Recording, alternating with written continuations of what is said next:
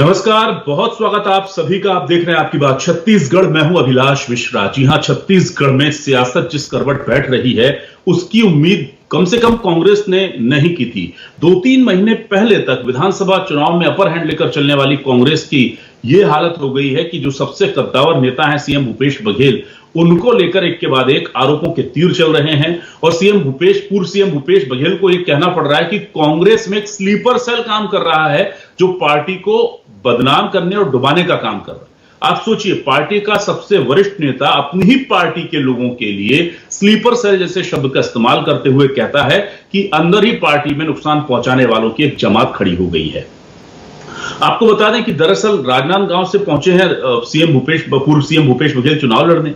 और राजनांदगांव से जब पूर्व सीएम ने चुनाव लड़ने के लिए ताल ठोकी है तो वहां के जो स्थानीय नेता हैं, पूर्व पदाधिकारी हैं, वो कहीं ना कहीं एक एक कर हमलावर हो रहे हैं भूपेश बघेल पर। और भूपेश बघेल अब इतने ज्यादा आजिज आ चुके हैं इससे कि उन्होंने साफ तौर पर कह दिया है कि कांग्रेस में एक स्लीपर सेल काम करता है। जाहिर सी बात है कि बीजेपी के लिए बहुत अच्छी बात है, क्योंकि आपसी फूट का फायदा बीजेपी को मिलेगा। राजनांदगांव से भूपेश बघेल के चुनाव में खड़े होने को लेकर के बड़ी बड़ी बातें कही जा रही थी, लेकिन अब ऐसा लग रहा है कि शायद उस एकता में जो विघटन पैदा हो रहा है उससे बीजेपी का रास्ता होगा साफ। तो आइए शुरू करते हैं इसी पर आपकी बात।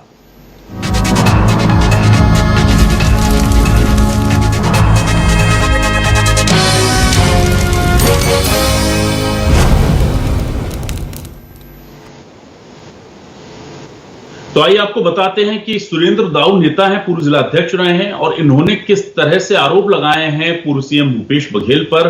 क्या कहा है, यह भी कहा है कि स्थानीय कार्यकर्ताओं को तवज्जो नहीं दी जा रही, दुर्ग से ही वो अपने लोगों को बुला लें। बहुत सारी बातें उन्होंने कही है, जरा सुनिए उनका यह बयान जी। कि भूपेश बघेल बीजेपी के लिए काम कर रहे हैं। नहीं, वो उसमें थोड़ा सा करेक्शन में उन्होंने ये कहा कि कहीं जी कि भूपेश बघेल बीजेपी के लिए काम कर रहे हैं। नहीं, वो उसमें थोड़ा सा करेक्शन में उन्होंने ये कहा कि कहीं से आवाज़ आती है कि आप भाजपा के लोगों के इशारे पे ये काम कर रहे हैं। तो मैंने कहा ये सिद्ध कर दें।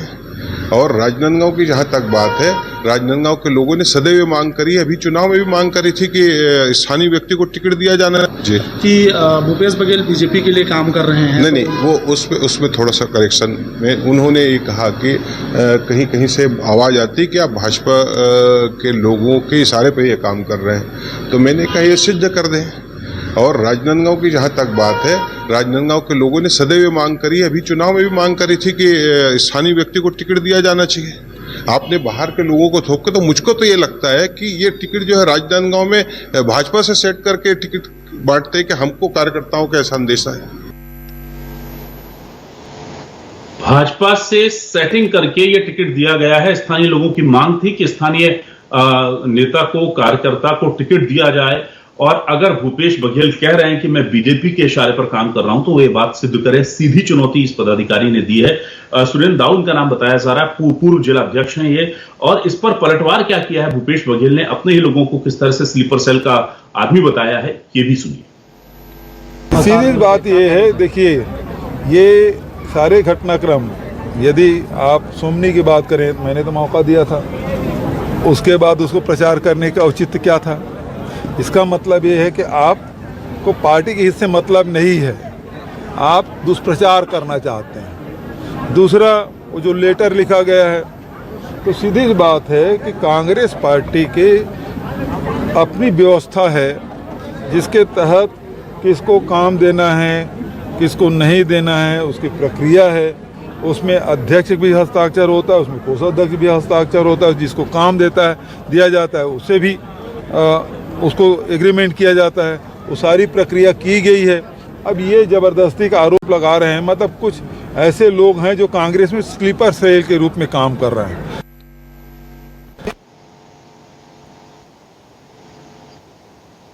और आइए अब सुनते हैं कि बीजेपी से क्या कहना है doctor deputy CM Vijay Sharma क्या कह रहे हैं, पूर्व मंत्री अजय चंद्राकर, इन तमाम लोगों का क्या कहना है, सुनिए। तो यही जानना चाहता हूं कि दुर्ग छोड़कर क्यों चले गए। जिस जनता ने उनको सम्मान दिया, इतनी बड़ी विरोधात्मक गतिविधि उनके विरोध में पूरे प्रदेश में थी, फिर भी जनता ने उनको सम्मान दिया। उस जनता को छोड़कर वो चले जा रहे हैं। और राजनांदगांव में तो उनका विशेष विरोध है। राजनांदगांव के ऐसे कई संस्थान हैं जिनको उन्होंने बंद कराने की कोशिश की, ऐसे कई संस्थान हैं जिनको उन्होंने राजनांदगांव से शिफ्ट करा दिया है। मेरी बात समझेंगे, राजनांदगांव से शिफ्ट करा दिया है उन्होंने। हॉकी का स्टेडियम वो तो सोचते थे कि खत्म हो जाए वहां से, जबकि हॉकी के लिए राजनांदगांव जाना जाता है।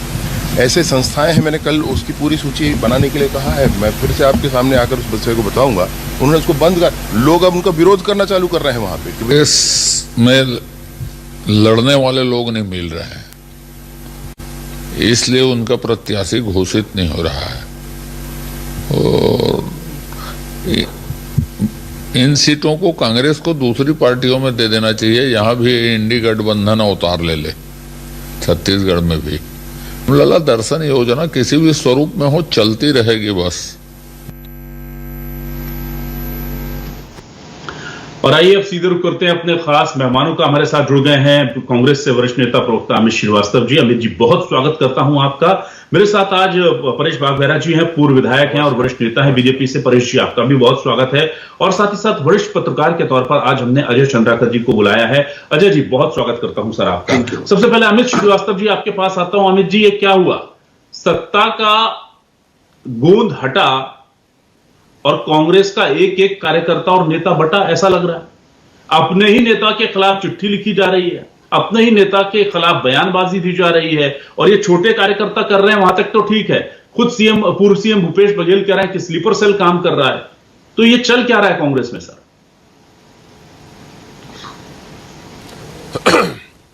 देखिए अभिलाष जी, एक चीज मैं आपको बता दूं कि कोई भी कार्यकर्ता कांग्रेस पार्टी में अपनी अभिव्यक्ति की आजादी हमारे पास है और अपनी बातों को रख सकता है। मैं आपके चैनल के लोकप्रिय चैनल के माध्यम से, आप बहुत वरिष्ठ पत्रकार हैं और आपके लोकप्रिय चैनल पे मैं अपने समस्त कार्यकर्ताओं को ये कहना चाहता हूं कि जिसको भी कोई तकलीफ है, पीड़ा है, वेदना है और कुछ भी कहना है, तो पार्टी फोरम का अपना एक डिसिप्लिन होता है, पार्टी की कमेटी होती है, आप उसके समक्ष अपनी बात रखिए। और जिस प्रकार से सुरेंद्र दाऊ जी ने जो बात कही थी राजनांदगांव में, तो आप अगर उस वीडियो को देखेंगे तो पूर्व मुख्यमंत्री जी ने कहा था उन्हें बोलने दीजिए। कार्यकर्ताओं की बात को पूरी सुनी जाती है कांग्रेस में, क्योंकि यहां पर लोकतंत्र है। और जिस प्रकार से उन्होंने अभी उनका स्टेटमेंट मैं आपके चैनल पे देख रहा था, उन्होंने कहा अगर समस्या, उन्होंने सुरेंद्र दाऊ ने उस समय ये कहा था कि मेरा पीड़ा जो तकलीफ है ये कि समस्या सॉर्ट आउट होनी चाहिए, और अगर समस्या को सॉर्ट आउट करना था तो पार्टी फोरम में आके उनको अपनी बात रखना था, अध्यक्ष जी के सामने रखना था, प्रभारी महामंत्री जी के सामने रखना था, या किसी हाईकमान के सामने रखना था, या जिसको वो अपना मानते हैं उसके समक्ष रखना था। लेकिन मुझे लगता है, मैं फिर आपके चैनल के माध्यम से और समस्त कार्यकर्ताओं से कहना चाहता हूं, किसी को कुछ भी कहना है तो पार्टी के बीच में आइए। हमारा एक परिवार है, हम सब कांग्रेस के एक वर्कर हैं, कांग्रेस के परिवार के सदस्य हैं, और जहां चार बर्तन होते हैं वहां खनखनाहट होती है, कहीं कोई दिक्कत नहीं है। लेकिन मैं फिर आपके माध्यम से कह दूं अभिलाष जी कि राजनीति का रंग भी बड़ा अजीब होता है, राजनीति का रंग भी बड़ा अजीब होता है। यहां वही आपका सबसे बड़ा दुश्मन होता है जो आपके सबसे करीब होता है। ठीक है अमित जी, आपने देखिए बहुत अच्छे से समझाइश भी दी अपने कार्यकर्ताओं को कि वो सार्वजनिक तौर पर बात ना करें, पार्टी फोरम में आकर बात करें। लेकिन जो बात सुरेंद्र दाऊ ने कही वो स्वाभाविक सी बात है, और एक जिला अध्यक्ष के नाते अगर वो बोल भी देते हैं तो उस पर इतना ज्यादा हमें असमंजस या आश्चर्य नहीं हो रहा है हमें। लेकिन एक पूर्व सीएम अपनी ही पार्टी के कार्यकर्ताओं को स्लीपर सेल बता दें, क्या भूपेश बघेल जी को पार्टी फोरम में बात नहीं रखनी थी? अगर उनके पास कोई जानकारी है कि बीजेपी के इशारे पर कोई काम हो रहा है तो क्या वो पार्टी फोरम पर नहीं कर सकते थे? जब चूंकि वो बड़े नेता है इसलिए वो सार्वजनिक तौर पर अपने कार्यकर्ताओं को स्लीपर सेल बता सकते हैं, लेकिन छोटा कार्यकर्ता ये नाराजगी जाहिर नहीं कर सकता कि स्थानीय स्तर के आदमी को मिलना था टिकट। अगर ये नियम अनुशासन है तो दोनों के लिए बराबर होना चाहिए। बल्कि मैं तो ये कहता हूं कि जो जितने बड़े पद पर है उस पर वो नीति और वो नियम जो है वो उतने ज्यादा लागू होने चाहिए। तो पूर्व सीएम भूपेश बघेल ने भी तो इस बात को खुले तौर पर कहा कि स्लीपर सेल काम कर रहा है। ये तो पूरी पार्टी के कई कार्यकर्ताओं पर सवाल उठा दिए गए। देखिए मैं बहुत ही जिम्मेदारी से और जवाबदारी से आपके प्रश्नों को सुन रहा था और मैं इसका जवाब भी देना चाहता हूं। देखिए मैं आपको बता दूं, कि मैं हमेशा कहता हूं कि हमारी पार्टी की आन बान शान और हमारी पार्टी के कोई प्राण है तो हमारे कार्यकर्ता हैं। हमारी पार्टी में कोई छोटा बड़ा नहीं होता। आपको मैं बता दूं, पार्टी जिसको मौका देती है, पार्टी जिसकी हैसियत बढ़ाती है, वो कार्यकर्ता होता है। और उन कार्यकर्ताओं के बीच से कोई कार्यकर्ता को पार्टी निकालती है, हाईकमान और यहाँ के लोग चुनते हैं जो यहाँ पर हमारी समितियों में होते हैं, और उसके बाद उसकी हैसियत बढ़ती है। वो कोई भी कार्यकर्ता हो, चाहे वो सुरेंद्र दाऊ हो, मैं हो, चाहे कोई भी हो। और उसके बाद अगर आप देखेंगे कि जिस प्रकार से मैंने कहा ना कि हर चीज में एक डिसिप्लिन होनी चाहिए, पार्टी में अनुशासन होना चाहिए, बहुत जरूरी है। और किसी को भी अगर कहना है, छोटा बड़ा कोई नहीं होता, मैं आपको बता दूं। और कहते ना, अगर कार्यकर्ता आपके साथ नहीं है, पार्टी आपकी सरवाइव नहीं करेगी। और कहते ना कि जिस प्रकार से भाजपा में कहा गया था उपासने जी के द्वारा कि हमारे यहाँ परिश्रम से नहीं परिक्रमा से पद मिलता है, और मैं हमेशा कहता हूं अभिलाष जी कि पेड़ के कटने का किस्सा नहीं होता अगर कुल्हाड़ी में लकड़ी का हिस्सा नहीं होता। तो आपको कार्यकर्ता की पूछ परख करना पड़ेगा। और लेकिन मैं फिर कहता हूं कि कार्यकर्ता को भी संयम बरतना पड़ेगा, क्योंकि अगर सुरेंद्र दाऊ कांग्रेस के कार्यकर्ता हैं या भूपेश बघेल जी कांग्रेस के कार्यकर्ता हैं, तो पहले नेता आदमी बाद में बनता है, पहले वो कांग्रेस ज्वाइन करने के बाद कांग्रेस का कार्यकर्ता होता है। और मैं यही कहना चाहता हूं आपके समक्ष कि जिसको भी कोई भी तकलीफ हो, वो पार्टी हाईकमान के समक्ष, जो समितियां हैं उसके समक्ष, और प्रदेश अध्यक्ष जी के समक्ष, और हमारे प्रभारी महामंत्री के समक्ष अपनी बातों को रखे। और मुझे लगता है कि डिसिप्लिन में रहे तो सारे कार्यकर्ताओं को भी अच्छा मैसेज जाएगा, जनता के बीच में भी अच्छा मैसेज। अमित जी, परेश जी के पास आता हूं। परेश जी, ये आप क्या कर रहे हैं? आप तो स्लीपर सेल तैयार करवा रहे हैं कांग्रेस के अंदर। आपके इशारे पर टिकट बढ़ रहे हैं, आपके इशारे पर राजनांदगांव में दुर्ग से आदमी को लाकर के चुनाव लड़ाया जा रहा है कांग्रेस के अंदर। मतलब इतनी पैठ कर ली आप लोगों ने, इतनी दखलंदाजी कर रहे हैं, या आपको लगता है ये आरोप बेमानी है? मझधार में नैया डोले तो मांझी पार लगाए, मांझी जो नाव डुबोए उसे कौन बचाए। 1 साल पहले जिस भूपेश है तो भरोसा है की बात कही जाती थी, आज ये बोला जा रहा है कि भूपेश है तो खतरा है। और ये बात जिस तरीके से वो दुर्ग से राजनांदगांव भाग करके गए हैं, इस आधार पे कि राजनांदगांव में जो लोकसभा की सीट है उसमें अगर टोटल मिला दिया जाए तो वहाँ पर कहीं ना कहीं कांग्रेस को बढ़त मिली है, इस कारण वो दुर्ग से भाग करके वहाँ राजनांदगांव गए हैं। सॉरी, मैं बीच में इंटरप्ट कर रहा हूं, मेरी इस पे घोर आपत्ति है। वो पूर्व मुख्यमंत्री हैं, कम से कम शब्दों का चयन अच्छा करे परेश भैया, हम उनसे ये उम्मीद करते हैं, क्योंकि ये खुद पूर्व विधायक हैं और हमारे बड़े भाई हैं। तो मेरा यही कहना है कि आदरणीय भूपेश बघेल जी जो दुर्ग से राजनांदगांव गए हैं, वो आखिर क्यों गए हैं? पहले वो बोले, जब सुरेंद्र दाऊ ने वहां पर मंच से कहा तो इन्होंने कहा ये हमारे पार्टी का आंतरिक मामला है, हमारे पार्टी में बहुत प्रजातंत्र है, लोकतांत्रिक पार्टी है, यहाँ पर खुल के कार्यकर्ता अपनी बात रख सकता है। और अब उसी बात को कहते हैं कि ये लोग स्लीपर सेल हैं। मतलब कुछ बात समझ में नहीं आती। और आपने ठीक सवाल किया था कि भाई एक आम कार्यकर्ता अगर अपनी बात को रखता है तो स्लीपर सेल हो जाता है, और एक पूर्व मुख्यमंत्री जी अगर अपनी बात को प्रेस के सामने रखते हैं, पार्टी के सामने नहीं रखते हैं, तो स्लीपर सेल नहीं होते हैं। तो यहाँ पर जो स्थिति बनी हुई है, वास्तव में जिस प्रकार का भ्रष्टाचार आज राम कुमार शुक्ला जी ने कहा और महेंद्र अरुण सिसोदिया जी ने जो बात कही 5 करोड़ 89 लाख रुपए के बारे में ये सारी बातें जो हैं सब तरफ फैल गई हैं। और जब शराब में भ्रष्टाचार हुआ, कोयले में भ्रष्टाचार हुआ, हर एक मामले में भ्रष्टाचार हुआ, उसके कारण पार्टी में भी अनुशासनहीनता बढ़ गई। एक पार्टी जो इतनी ज़्यादा वोटों के साथ जीत करके, इतनी बड़े सीटों के साथ जीत करके आई थी, आज वहां पर इतनी भगदड़ क्यों है? उसके पीछे ये है कि नेतृत्व के ऊपर भरोसा टूट गया है और उनका भ्रष्टाचार खुल के घर घर में चर्चा का विषय हो गया है। ठीक है, मैं अजय जी के पास आता हूं। अजय जी, बहुत महत्वपूर्ण सवाल है सर। मुझे ये बताइए कि जिस भूपेश बघेल के भरोसे पर, उनके चेहरे पर पूरा विधानसभा चुनाव लड़ा गया, विधानसभा चुनाव हारने के बाद अब वो इतना ज्यादा भारी हो गए हैं, उनका चेहरा इतना ज्यादा नापसंद होने लगा है कि दुर्ग से वो राजनांदगांव शिफ्ट हो जाते हैं तो लोग उन्हें अपना नहीं पा रहे हैं, पचा नहीं पा रहे। ये क्या माना जाए कि ये केवल सत्ता की महिमा थी, जो इतना बड़ा कैरिकेचर हम भूपेश बघेल का देखते थे, और अपने ही कार्यकर्ता नाराज है और एक नाराज हो तो चलता है, उधर से बार बार, चाहे वो अरुण सिसोदिया हो, चाहे वो शुक्ला हो जो लेटर लिख रहे हैं, चाहे वो सुरेंद्र दाऊ हो। एक जिले में एक पूर्व सीएम एक लोकसभा से दूसरी लोकसभा चुनाव लड़ने क्या चला गया, असंतोष की आंधी चल पड़ी है और दोनों एक दूसरे पर वार प्रतिवार कर रहे हैं। क्या कहेंगे आप? देखिए अभिलाष जी, भूपेश के कार्यकाल को देखें, जब सत्ता में रहे उसके पहले का जो रहा वो पीसीसी अध्यक्ष भी थे जी, और पीसीसी अध्यक्ष के रूप में पूरी पार्टी उनके साथ जिस तरह से खड़ी थी और उन्हीं के नेतृत्व में कांग्रेस को सफलता मिली थी।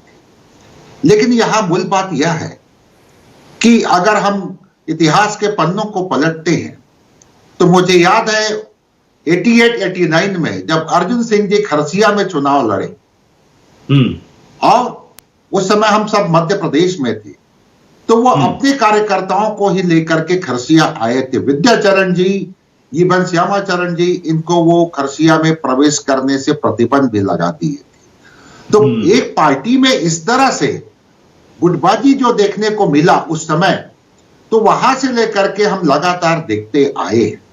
अब प्रश्न यह है कि कांग्रेस पार्टी की रणनीति क्या है।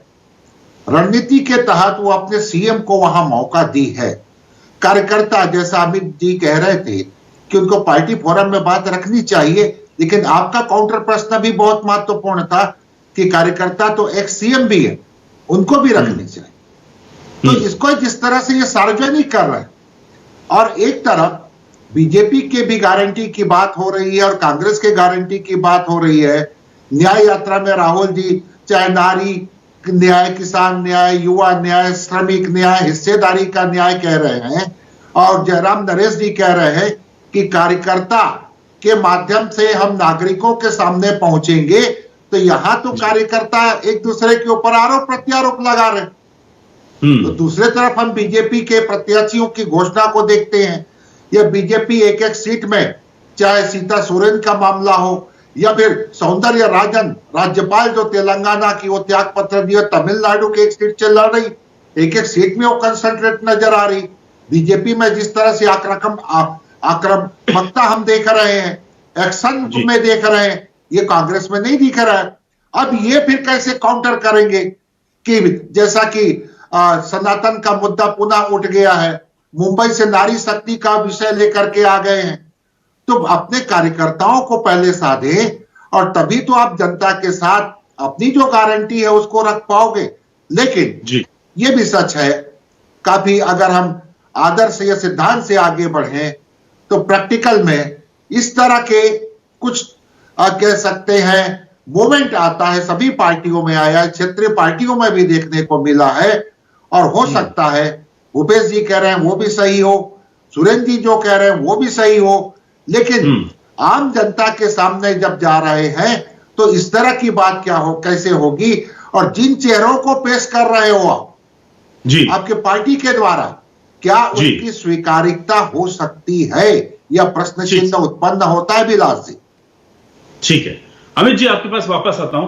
अमित जी देखिए, बहुत महत्वपूर्ण जो आरोप लगाया भूपेश बघेल जी ने, वो ये कहा है कि बीजेपी के इशारे पर कुछ काम हो रहा है, और ये बात सुरेंद्र दाऊ भी कह रहे हैं। तो क्या कोई एक्सटर्नल इंटरफेरेंस आपको लगता है, क्योंकि आप वरिष्ठ नेता हैं, आप लगातार पार्टी का पक्ष रखते रहे, अच्छे बुरे वक्त में पार्टी के लिए खड़े रहे आपको क्या लगता है, वाकई में इसके पीछे कोई बाहरी या बीजेपी का हाथ है, या ये अंदरूनी कलह है और नाराजगी में लोग कह देते हैं एक दूसरे को थोड़ा सा हर्ट करने के लिए, ताकि वो अपना गुस्सा जाहिर कर सकें? या आपको लग रहा है कि नहीं, वाकई में इसके पीछे कुछ ना कुछ साजिश चल रही है और इसमें बीजेपी इन्वॉल्व है? अभिलाष जी, मैं आपसे 10 सेकंड चाहूंगा।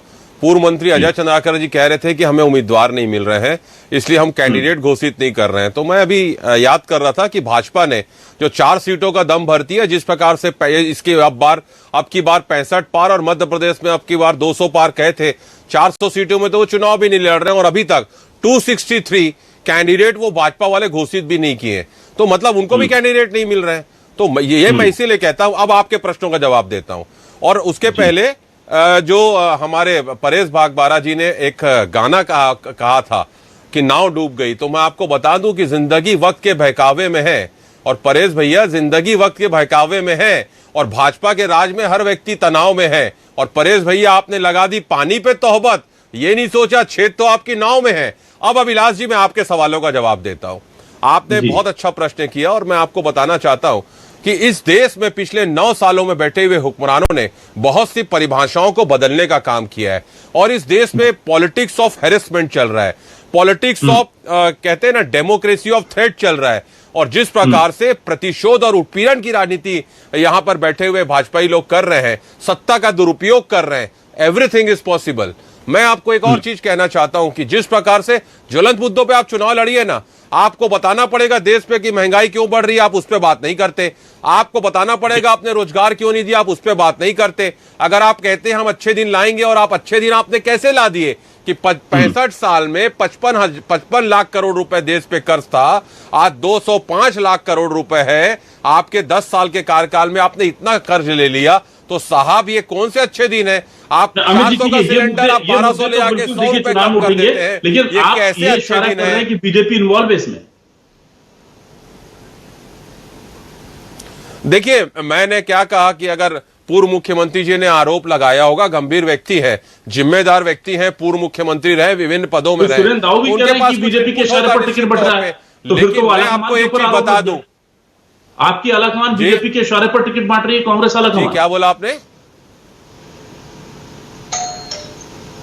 बिल्कुल भी नहीं, आलाकमान किसी के प्रेशर में कभी नहीं रहती। जो इनपुट जाता है कार्यकर्ताओं का मांग रहती है, कार्यकर्ताओं की मांग रहती है, इसको यहां से टिकट देना चाहिए, तब उसको टिकट मिलती है। दोनों और चिंतन मनन के बाद टिकट मिलती है। और आज इसी जो हमारे खड़े हैं, लेकिन सुरेंद्र दाऊ के आरोपों को आप नकार दें। नहीं, बिल्कुल नहीं। मैं बिल्कुल भी ऐसा नहीं करूंगा। मैं आपको एक चीज बता दूं, मैं कांग्रेस पार्टी के साथ खड़ा हूं, जो डिसिप्लिन में रहेगा मैं उसके साथ खड़ा हूं। मैं कांग्रेस का वर्कर हूं, और अगर मैं हर से कहता हूं जो कांग्रेस का कार्यकर्ता है चाहे नेता हो, आपको पार्टी फोरम में बात रखनी चाहिए, चाहे वो कोई भी हो। ठीक है। परेश जी आप मुझे सुन पा रहे हैं?